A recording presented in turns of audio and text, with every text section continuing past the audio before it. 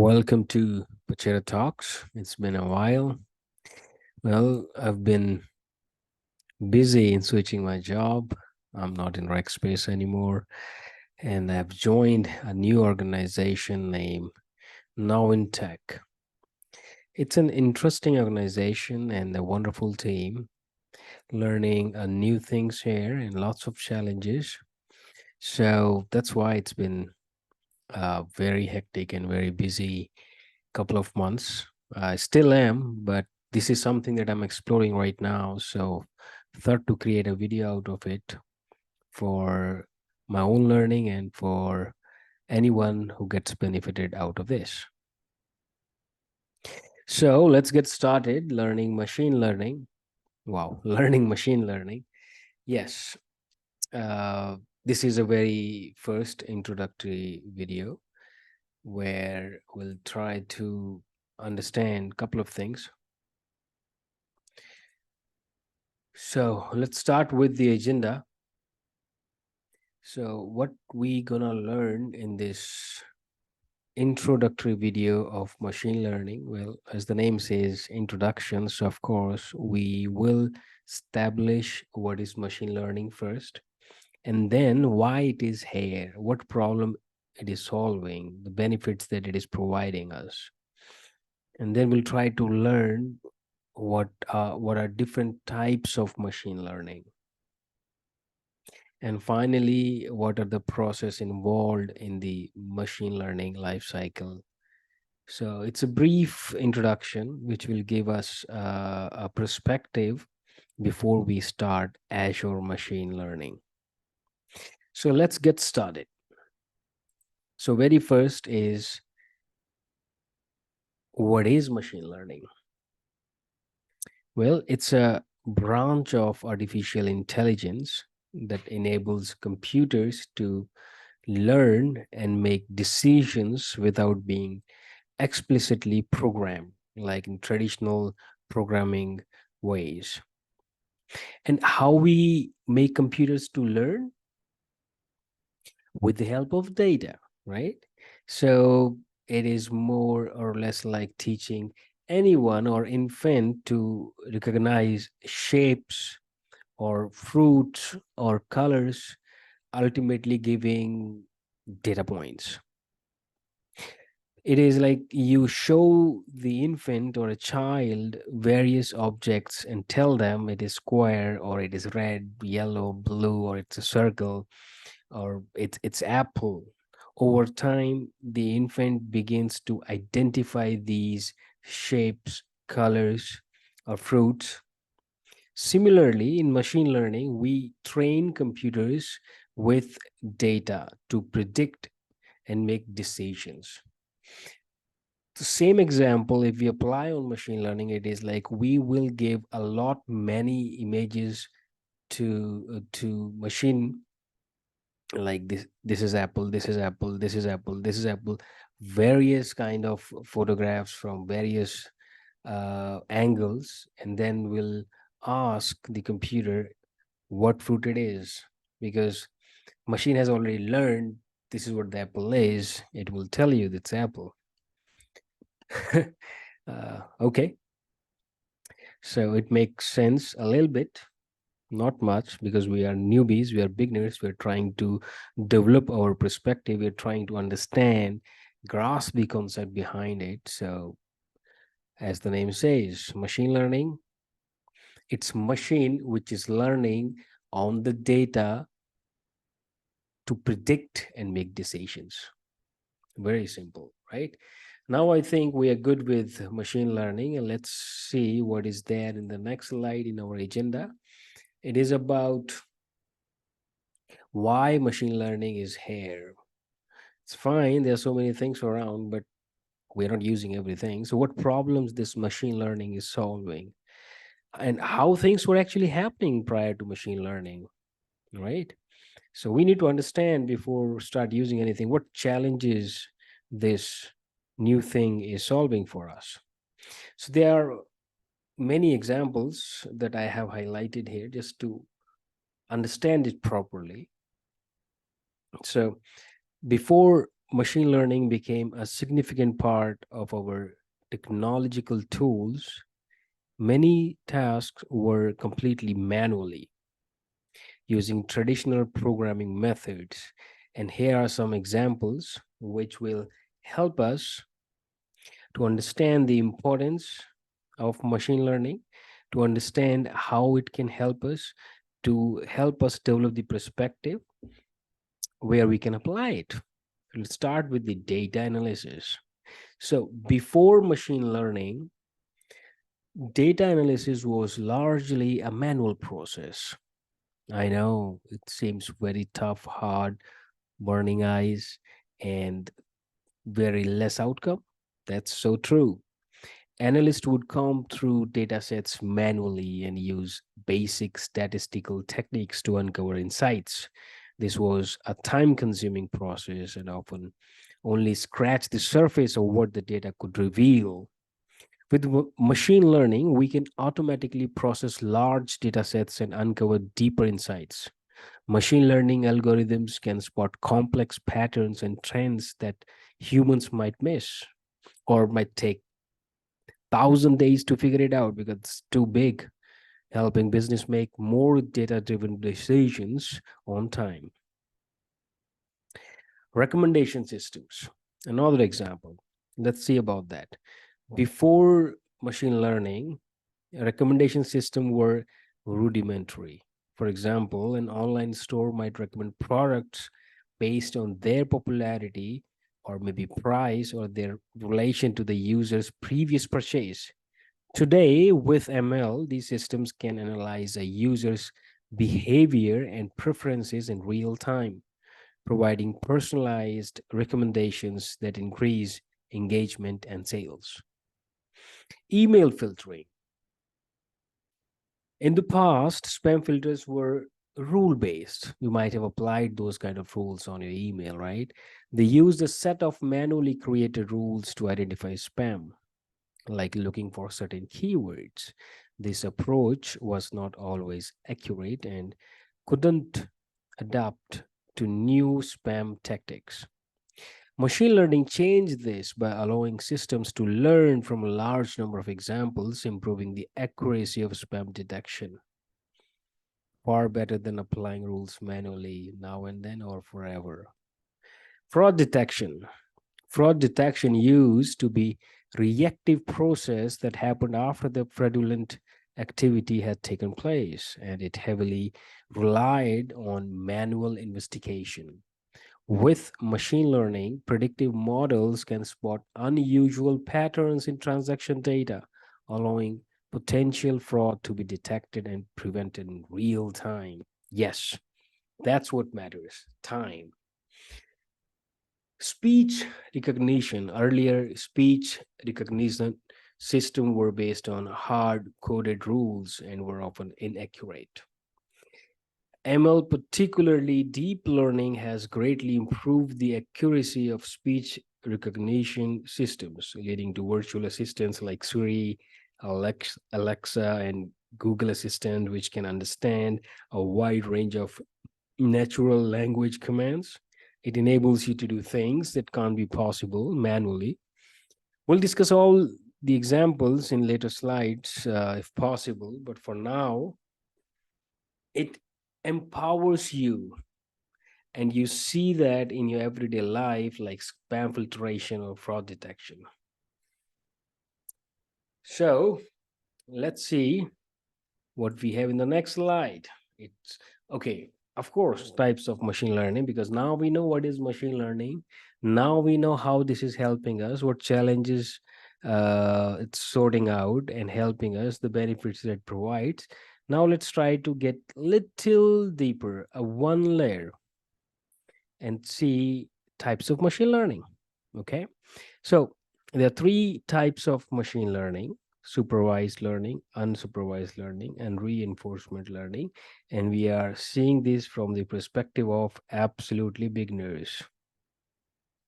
So, supervised learning, as the name says, supervision, right? This is like learning under the guidance of a supervisor or a teacher.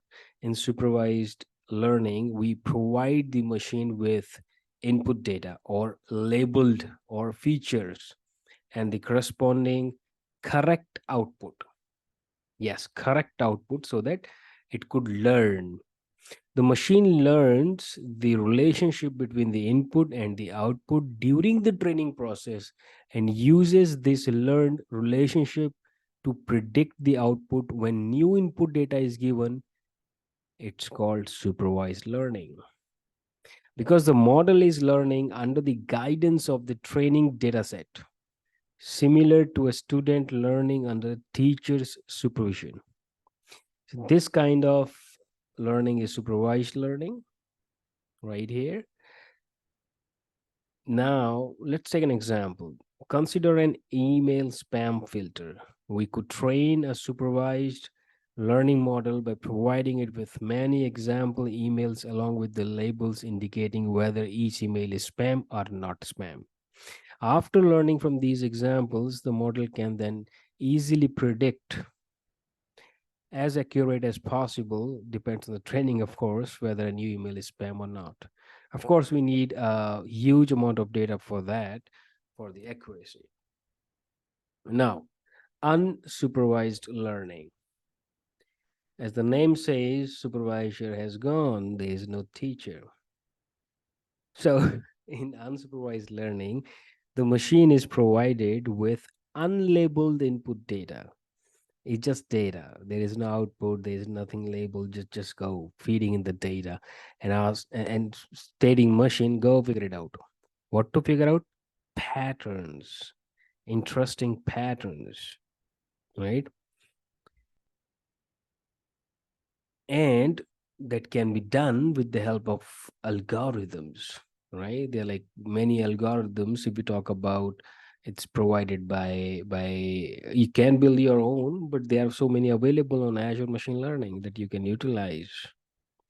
Let's take an example to understand this. An example of unsupervised learning is customer segmentation in marketing. Now, the data is the marketing data. There is nothing like labeled or output data. There is a marketing data. And here the goal might be divide a customer based into groups that exhibit similar purchasing behaviors. It is more or less once you feed the data to the machine, uh, it will try to find out the patterns, try to find out the similar or distinct behavior.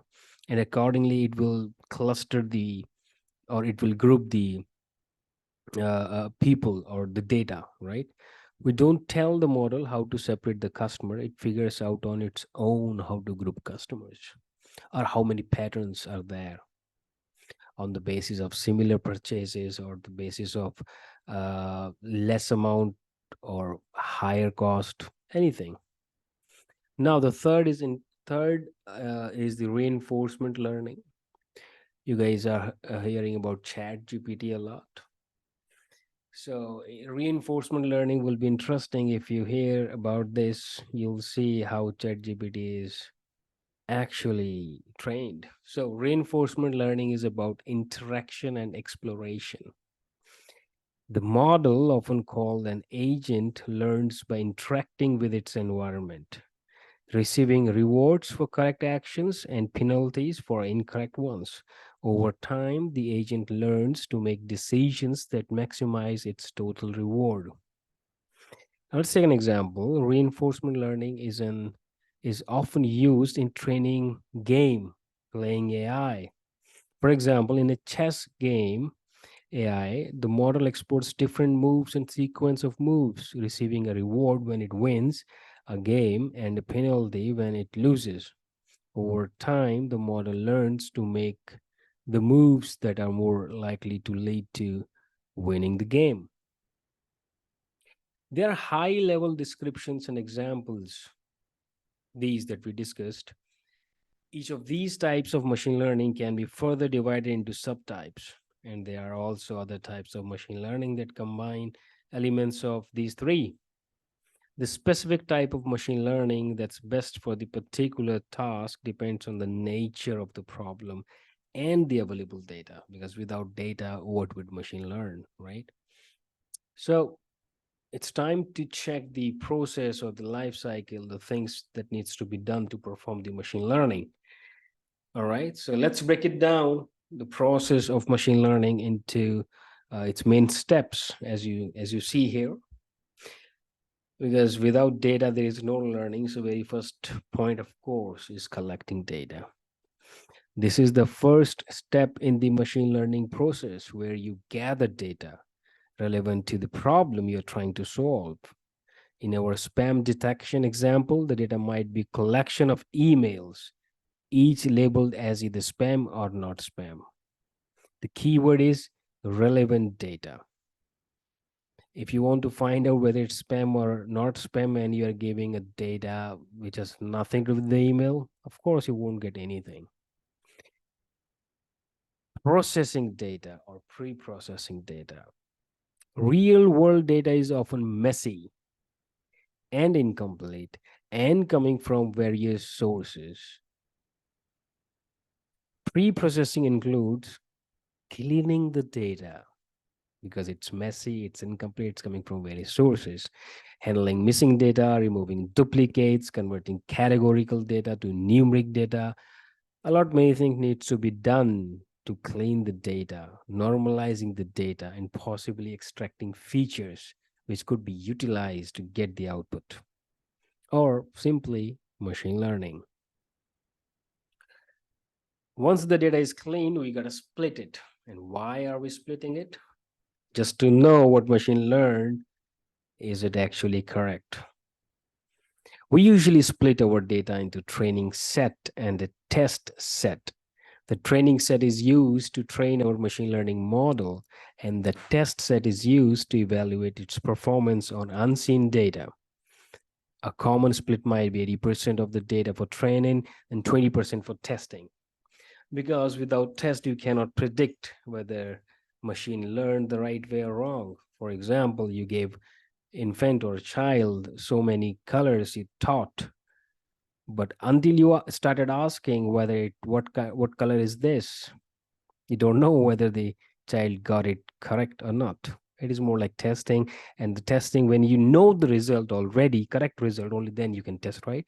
That's why they're splitting the data.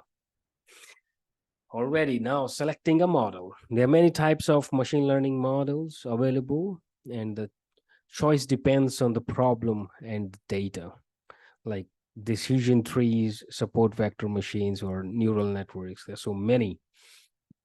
For spam detection, you might start with a model like naive Bayes, which is often used for text classification tasks. Now, why we need a model? Because we gotta train it, right? And how we trained with the help of data. Okay, where is the data? We have collected the very beginning. I don't like the data, it's messy, so we processed it. All right, so we got the data, we processed it, but how would I check whether this model is trained correctly or not? Because we have splitted it. All right, so we were here now training a model. During training, the model learns from the training data. It tries to find patterns in the input features that are related to the target variable, whether the email is spam or not. The specifics of this process depend on the type of model. Now, once the model is trained, it's time to evaluate the model. Once the model has been trained, it's important to test its performance on the unseen data to ensure that it hasn't just memorized the training data, a problem called overfitting. We use the test set, which the model hasn't seen during training. For this, of course, evaluation. In our example, we might measure the percentage of email that model correctly identifies as spam or not spam. Afterwards, we can, of course, tune it. So we got tuning model parameters. Most machine learning models have parameters that can be tuned to improve performance. For example, a neural network has a parameter called learning rate that determines how quickly it adjusts its internal calculations during training. Tuning these parameters can lead to better performance, but it can also be a time-consuming process. But it is good to know we got something kind tuning and people use it. It depends on the kind of problem we are fixing. and the kind of money we can put on the table, right? Finally, making predictions. Isn't it the whole thing that we want to do? All right, so once we have satisfied with our model's performance, we can use it to make predictions on new unseen data. In our example, we could now feed new emails to our model and it will predict whether each one is likely to be spam or not. Just an example. You can do a lot many things that we talked about in the second or third slide.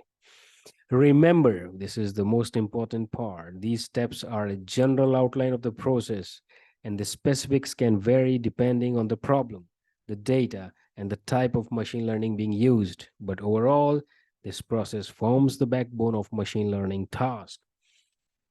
And thank you so much for listening to me. This is the very first video in understanding machine learning, the introduction of machine learning. My aim is to go into the Azure machine learning and let's explore that. So to start Azure machine learning, we got to know machine learning first. So this is the introduction. Well, thank you for watching and you guys have a wonderful day. Bye-bye.